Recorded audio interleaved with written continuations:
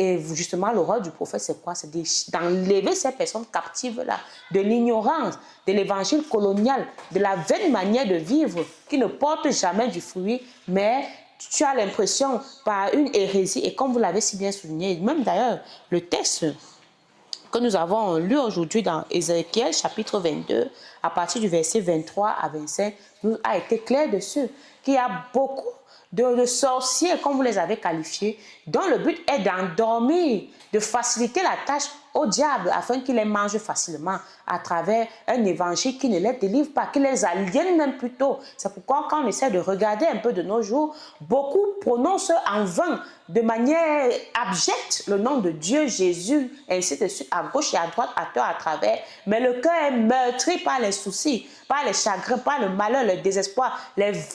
Tu es vaincu dans toutes tes batailles. Et tu as l'impression d'être le dernier. Or, ce n'était pas ça au départ. Ce n'est pas ça les plans de Dieu. Tu dois être la tête. Tu dois écraser la tête du serpent. Tu as reçu le pouvoir de marcher sur la puissance de l'ennemi. Mais pourquoi à chaque fois l'ennemi t'écrase toujours? Pourquoi à chaque fois tu perds? Et pourtant, ta bouche prononce Jésus, Dieu, ainsi de suite, à tort et à travers. Donc, c'est cette aliénation que vous insurgez face à cela. Vous vous levez contre cela pour mettre vraiment les choses en ordre et que chacun prenne ses responsabilités, prenne son couloir. Oui, et le couloir, justement, vous qui maîtrisez le vôtre, ça te fait quoi?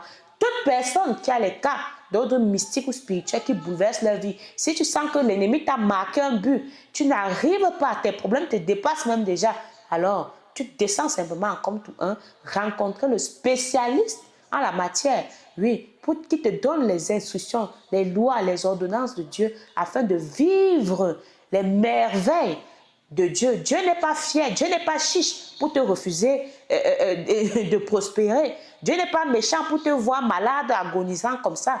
Au contraire, parfois tu adresses des prières dans cet état, tu es comme une abomination devant lui, puisque, oui, ce n'est pas ça. Il ne te reconnaît pas toi, tant que son enfant. Il ne te reconnaît pas comme son enfant en regardant ta vie, en regardant ton parcours, en regardant la manière même que tu le sers.